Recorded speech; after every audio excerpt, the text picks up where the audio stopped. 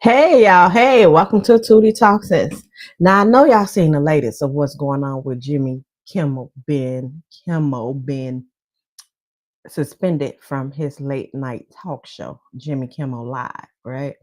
So I'm watching Abby Phillips on CNN discussing this issue. And I'm gonna play out a clip of what this guy brought up about how the sale of TikTok and this Jimmy Kimmel is connected. Now, first, let's talk about.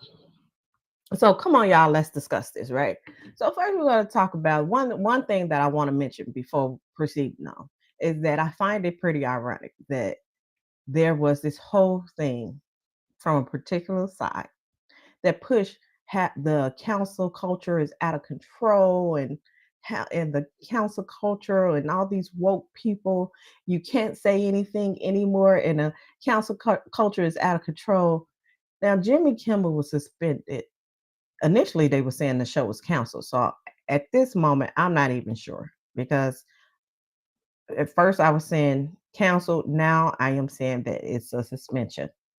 So he was either canceled or suspended for the comments that he made about Trump, about how Trump reacted to his good friend, Charlie Kirk, unaliving. I'm gonna play y'all this Abby Phillip. This they're gonna also address it. So you're gonna see the clip from oh my hand all up in here.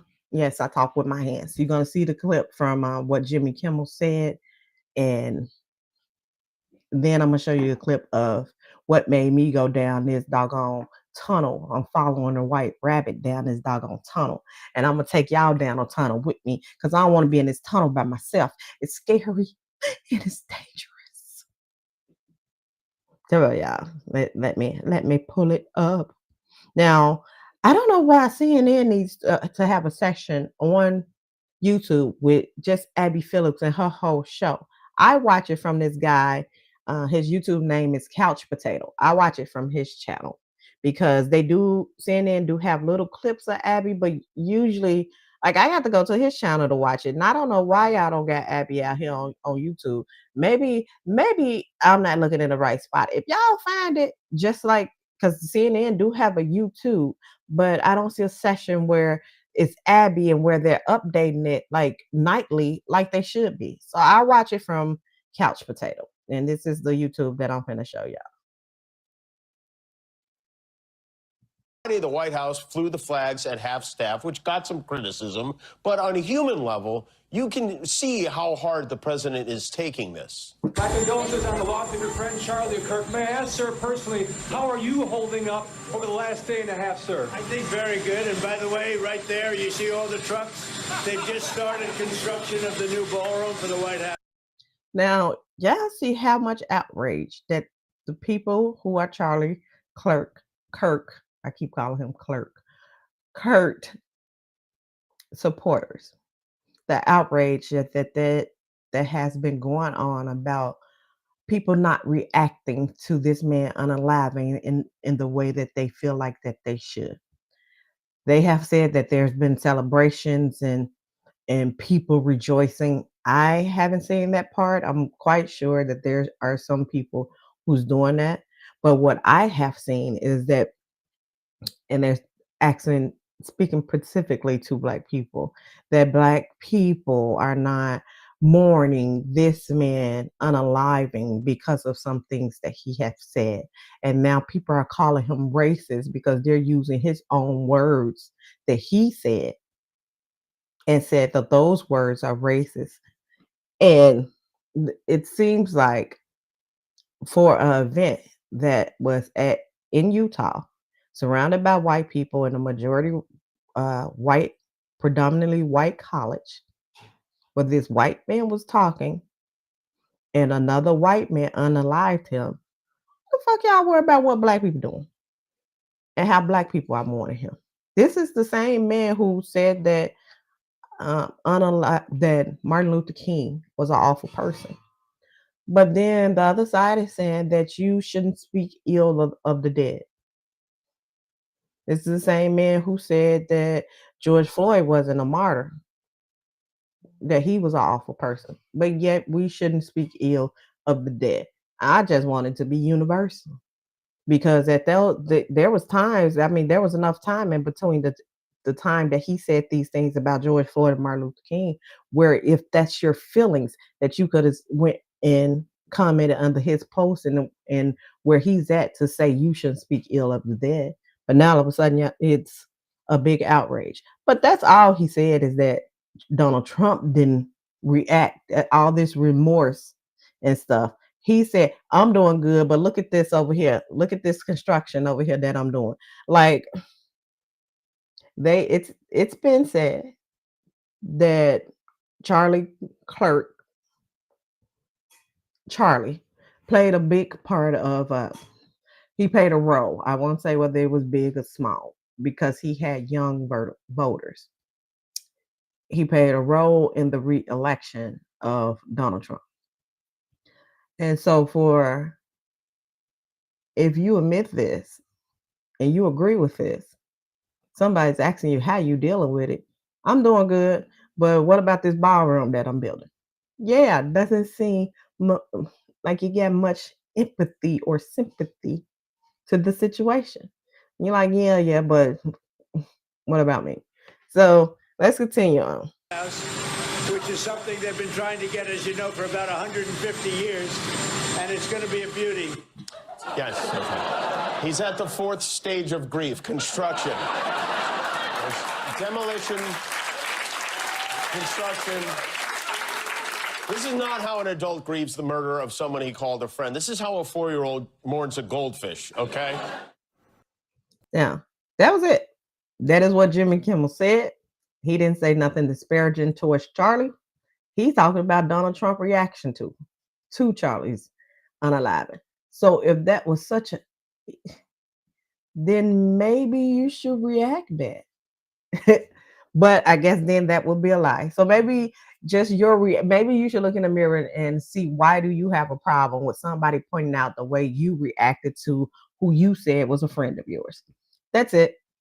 But apparently the people who grab about censorship and cancel culture is now happy that this man is now was either canceled or suspended. They are not saying suspended over that one comment right there. So then I want to continue on and show y'all what a guest that they brought on the show actually said about the $15 million lawsuit, the $16 million lawsuit with Paramount, and the TikTok, the buying of TikTok. So I'm going to try to go to that part. Hopefully I can find it without searching around too much. Did I put it on here when it was?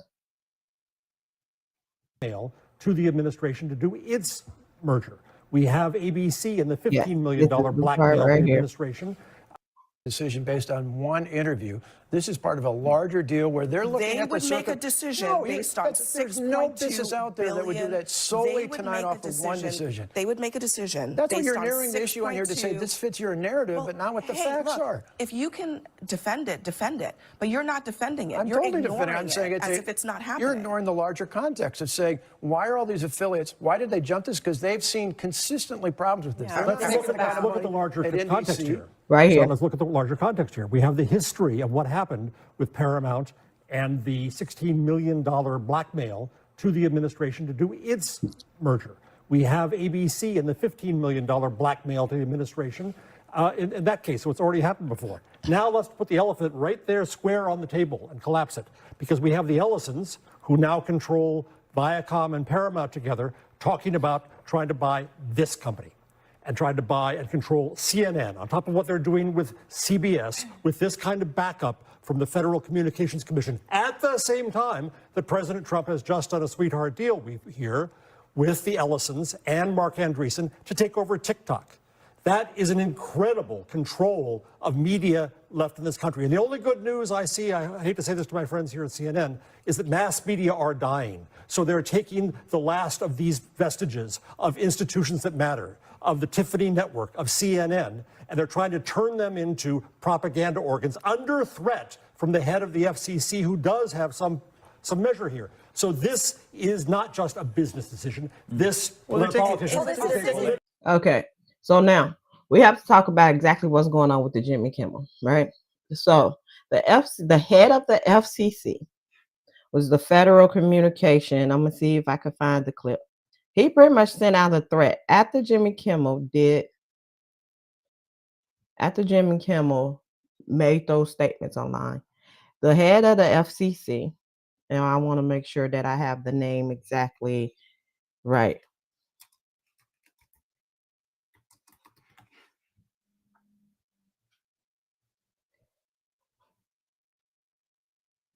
Chair Carr, that is the name, and that's the Federal Communication Commission. He pretty much sent the threat out to the owners of Jimmy Kimmel Network that said, like, pretty much get rid of him or you're going to have a hard time trying to merge, because right now they're trying to merge, I want to say 16 million or $1 billion, whatever it is, for a very large amount. They're trying to merge and buy a company. He's telling them, like, hey, if you don't do something about Jimmy, and because we don't like what he said about the president, because this guy was appointed by Trump, if you don't do something about this, you're going to have a hard time on your upcoming deal. Now, mind you, the FCC have to approve this deal in order for it to go through. So let's watch the comment that the FCC made about Jimmy Kimmel. Changes that we've seen, but frankly, when you see stuff like this, I mean, look, we can do this the easy way or the hard way. These companies can find ways to change conduct, to take action, frankly, on Kimmel, or He there's going to be named them. It ain't like, oh, well, we don't know who he's talking about. He just said these companies. No, he said on Kimmel. additional work for the FCC ahead. Now, take into mind what the guy also said about these different companies and them buying these. First, we had the deal. I believe I talked about it in a previous video where Donald Trump, when he first got into office, while he was campaigning, he said that he would go after people, and he seems to not like people who speak badly of him. Now everybody was saying this is not going to be a dictatorship. This is not going to be a dictatorship, that the left is over-exaggerate everything. Well, it's feeling very dictatorship-ish. We can say it's not a dictatorship, but it's feeling dictatorship-ish because you control the masses through media, you control the minds.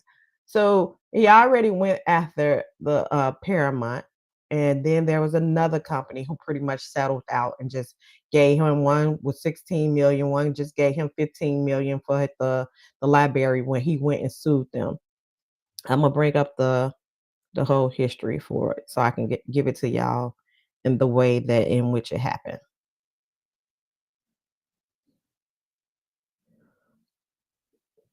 In July 2025, Paramount Global paid Donald Trump $16 million to settle a lawsuit he filed over a 2024 60-minute segment featuring an interview with then Vice President Harris. Trump alleged the interview was deceptively edited to favor Harris in an election. The payment was widely criticized by the legal and First Amendment experts who questioned if it was an attempt to clear the way for Paramount merger with Skydance Media. Now, I had took some notes. Let me see.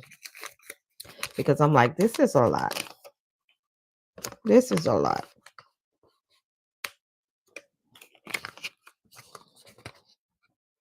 So the Paramount company is National Amusement.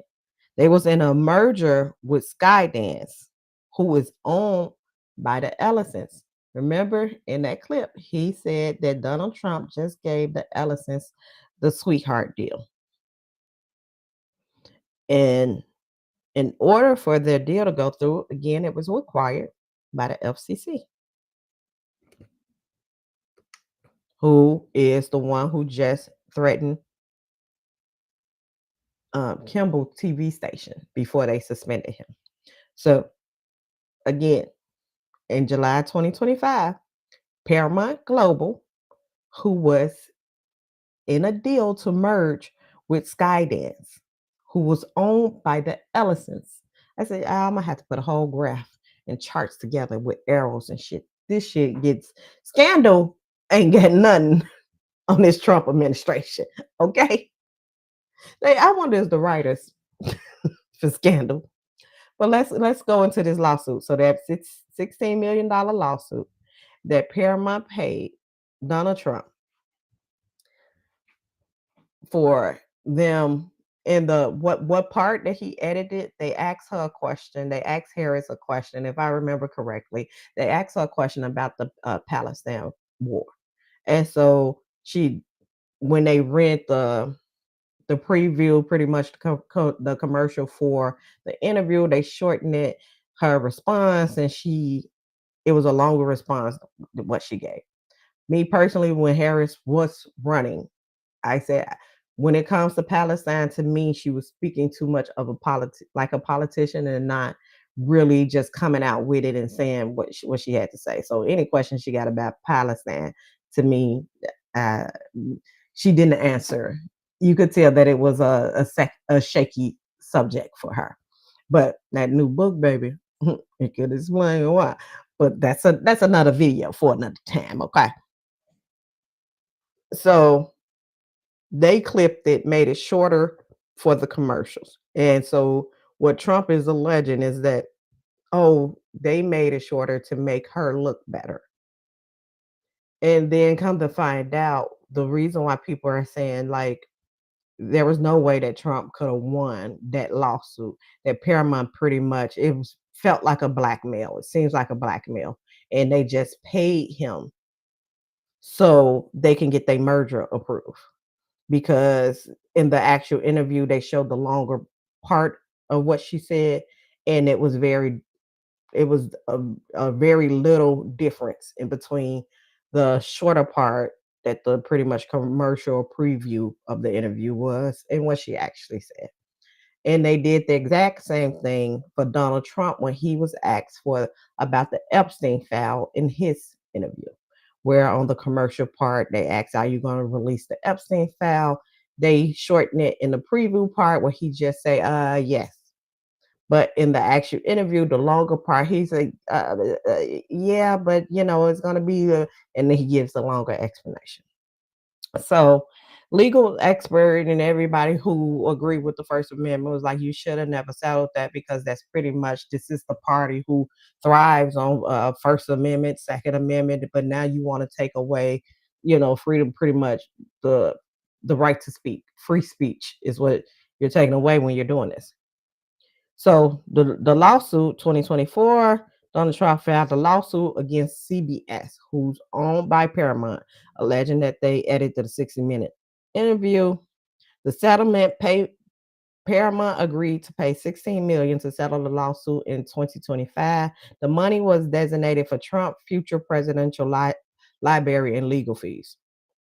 At the time of the settlement, Paramount parent company, National Amusement, was in a process of a merger with Skydance Media. Again, Skydance Media, large, I want to say Skydance Media is owned by the Ellisons. So the deal required approval from the FCC.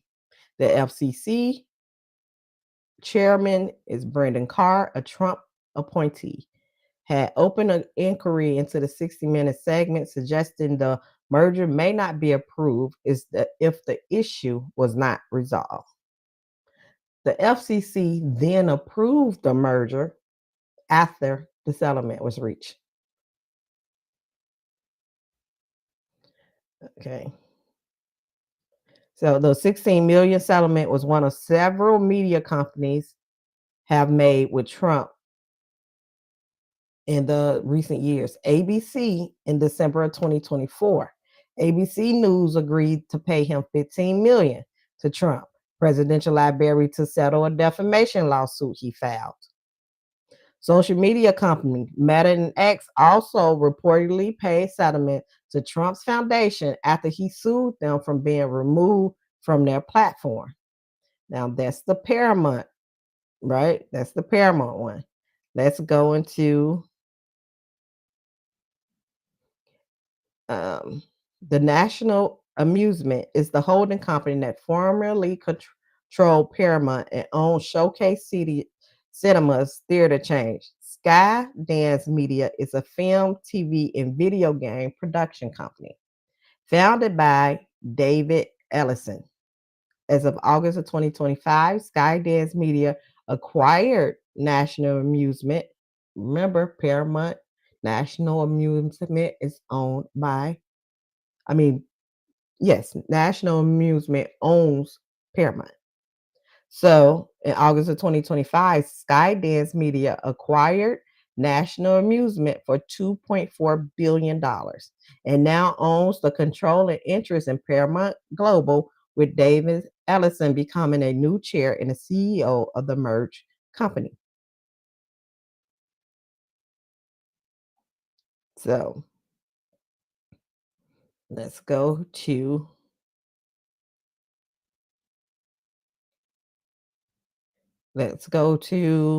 Larry. Now, David is the CEO of Skydance Media and the son of Larry Ellison, the co-founder and chairman of Oracle. Now, Oracle, his daddy, David, is the CEO of Skydance, the one who bought National Amusement, that Paramount was under. That's the son. The daddy is over Oracle, who is about to get who's the investors that Trump approved the deal that now TikTok have to sell to a U.S. partner. Guess who that U.S. partner is? Oracle. Father and son.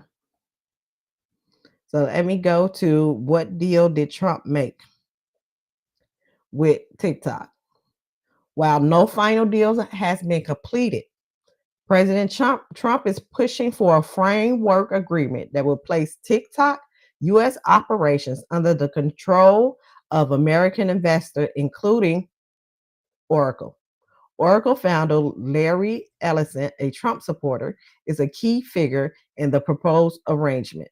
The current deal negotiations are more recent developments during Trump's second term, following a 2024 law requiring TikTok Chinese parent company ByteDance to divest its U.S. asset or be banned.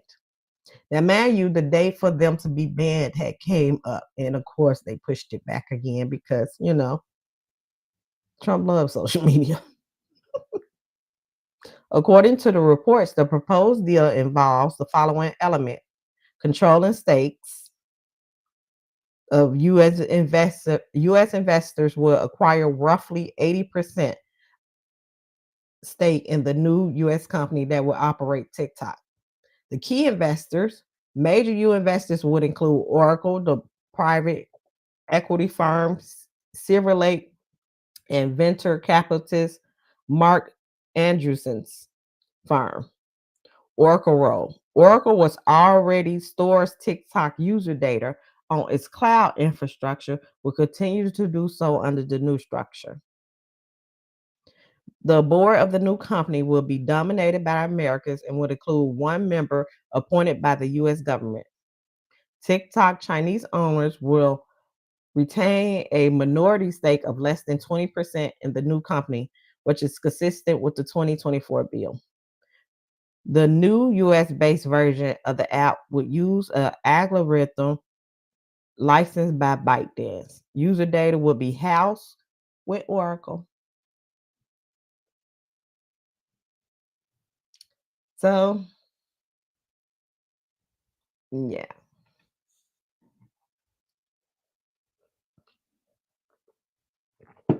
Remember, that's also how Stephen Colbert got kicked off his show, because he was under that Paramount, I want to say, where the National Amusement that they was into.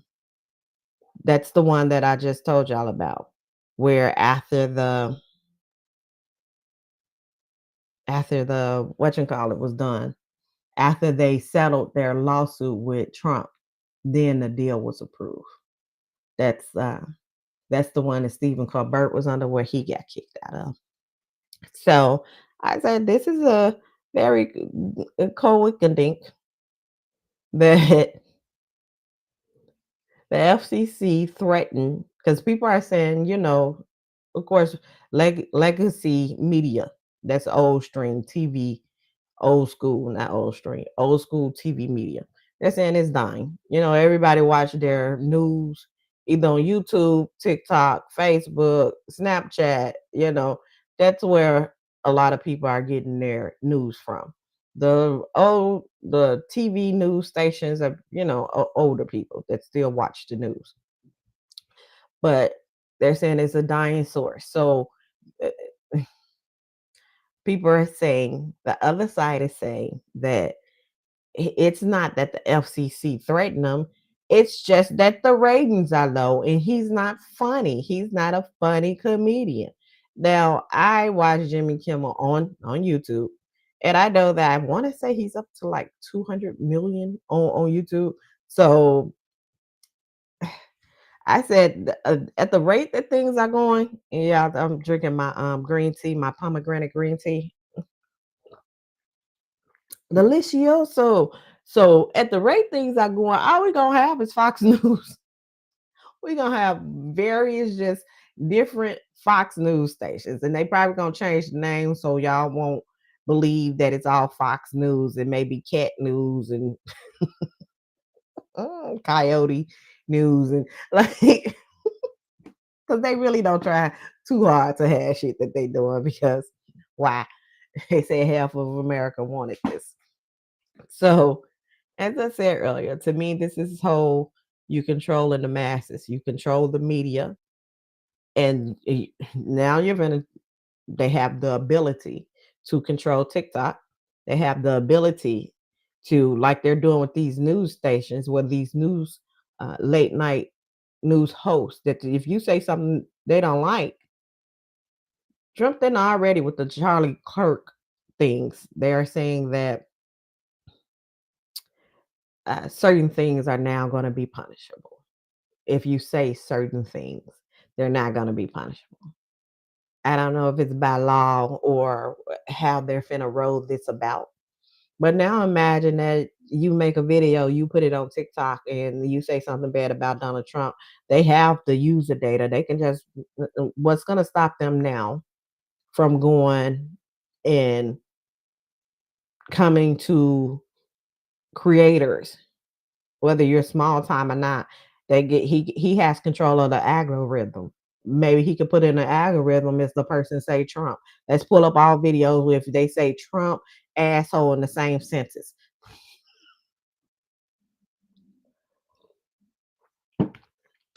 Let's make that the algorithm. Pull all videos that says Trump, asshole. If it says bad at the same time in the same sentence that it says Trump, like let's make this algorithm. Pull up all the videos and pull up their address, and we're gonna go arrest all these people. Like, how are we now different from the controlled media that they said that exists in China, that exists in Russia? Like, you already have TikTok. Now you have Paramount, that which is CBS is under. I believe you already sued NBC. They backed down, so they're pretty much going to be in your pocket. Like, you already had Fox them. The latest I heard is that I believe Trump mentioned coming after the View next. So we're gonna see what happens with that. Is the View's going to be next? Like, before the MAGA, because I'm not going to say the Republicans or the conservative, MAGA was saying this cancel culture, this woke cancel culture is canceling everybody who says something that they don't like. Where what in actuality, what was happening is that there was misogyny, racism that was being said, and then you would lose followers, you would lose brand endorsements, you would lose things of that nature. But it was called the cancel culture, right? So some people are comparing that with Jimmy